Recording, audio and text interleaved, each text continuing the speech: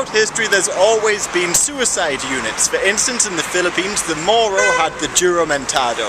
Now, these were Islamic fundamentalists who used to fight the Spanish up until around the 19th century, and they fought the Japanese during World War II. Plus, the Aceh Muslims in Southeast Asia had very similar types of units to fight the Dutch. Going further back, you had the Assassins, who can be considered suicide units, and even further back, apparently the ancient Jews had units who could also be considered suicide units to fight the Romans. But whether or not you see them as the predecessors to the suicide attackers we know today is up for debate, and that's because these suicide units just accepted death before admission of battle and fought to the death. Death wasn't necessarily inevitable, but it was more than likely. So you could also say that the Russian assassins in the late 19th century, after the invention of dynamite, were the real first suicide attackers, because they used bombs to assassinate people.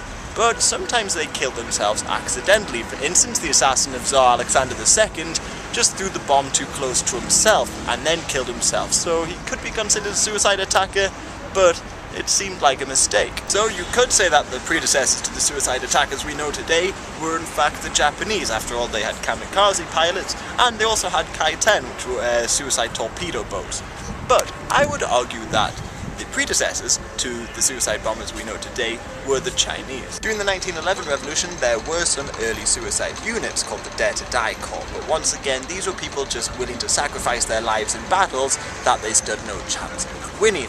However, in World War II against the Japanese, particularly in Shanghai, the Chinese developed suicide vests. They were pretty basic compared to what they are now today. They were just a few grenades strapped to a vest. Nevertheless, they had some success at taking out groups of Japanese soldiers and the occasional tank. And from China, it spread to Sri Lanka, where the Tamil Tigers used it, and from there on to Iraq, Afghanistan, etc.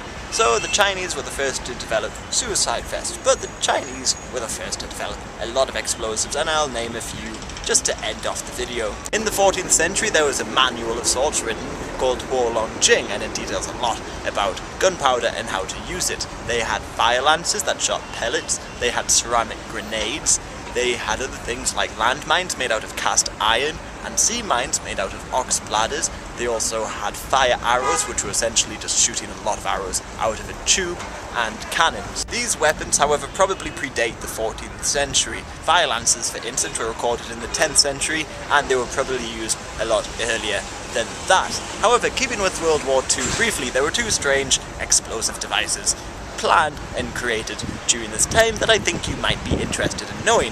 The first is balloon bombs. Japan decided to attack America with balloon bombs, essentially strapping bombs to hot air balloons and sending them across the Pacific.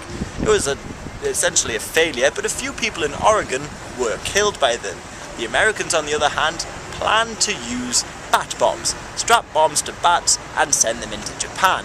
This, they hoped, would maximize the damage to Japan's largely wooden cities, but they were never used.